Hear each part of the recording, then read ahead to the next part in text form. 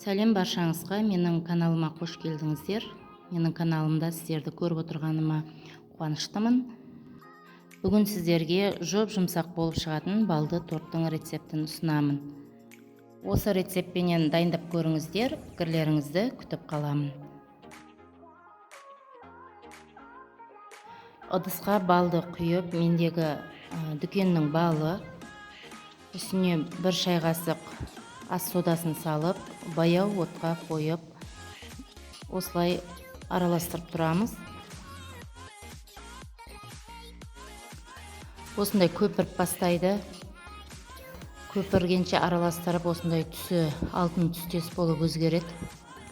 Осы кезінде сармайды салып, ерігенше және араластырамыз.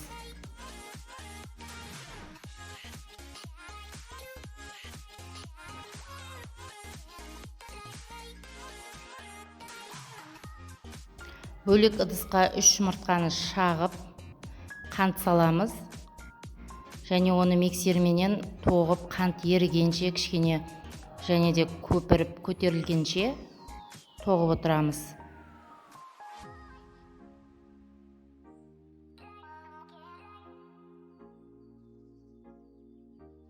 Енді ыдысқа ерген балды құйып, барлығын бірге араластырамыз.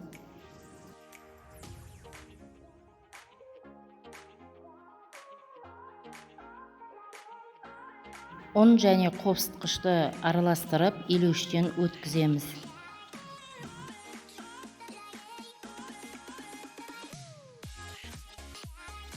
Енді ұнды венчикпенен араластырамыз. Миксердің керегі жоқ, миксерсіз осылай венчикпен араластыруға болады. Осы тортқа салынған ингредиенттердің барлығын описаниеге қалдырамын.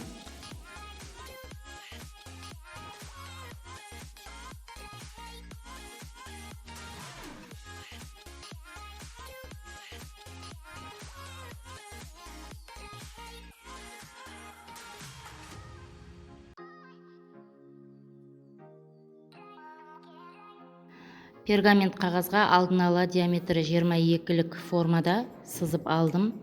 Енді осындай 2-2,5 қасықтан шеңберді дөңгелете отырып, осылай қасықпенен құйып пісіріп аламыз.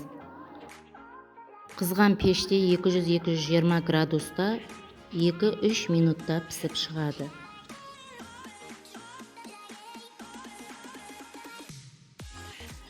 Мен коржардың барлығын пісіріп болдым. Менде 15 корж шықты.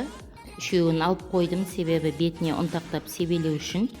12 коржды қазір жинаймын. Енді кремін дайындаймыз. Кремін әркім қалауынша дайындауға болады. Мен 33%-лық кілегейге қантты салып, миксерменен тоғып, осындай кілегей арқылы дайындадым кремін. Кремді тоғыған кезінде кішкене қадағалап отыру керек, себебі майы шығып кетпеу керек. Кішкене осындай формасын ұстаса болды. Міне осындай крем дайын болды. Енді крем жағып, бір-бірлеп корждарды жинап бастаймын.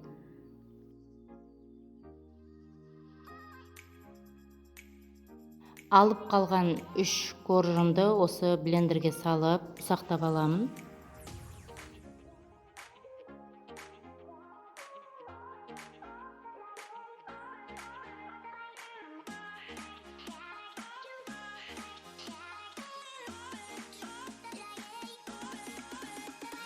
Енді тортқа ұнтақталған ұсақты себелеп, сәндейтін боламыз. Міне балды торт дайын болды. Өте нәзік, жұмсақ, түрі де өте әдемі болды. Менімен бірге осы рецептпенен дайындап көріңіздер. Сіздерге ұнайды деген ойдамын. Видеоны толық қарағандарыңызға рахмет. Каналыма тіркеліп, лайк басып, пікір жазуды ұмытпаңыздар.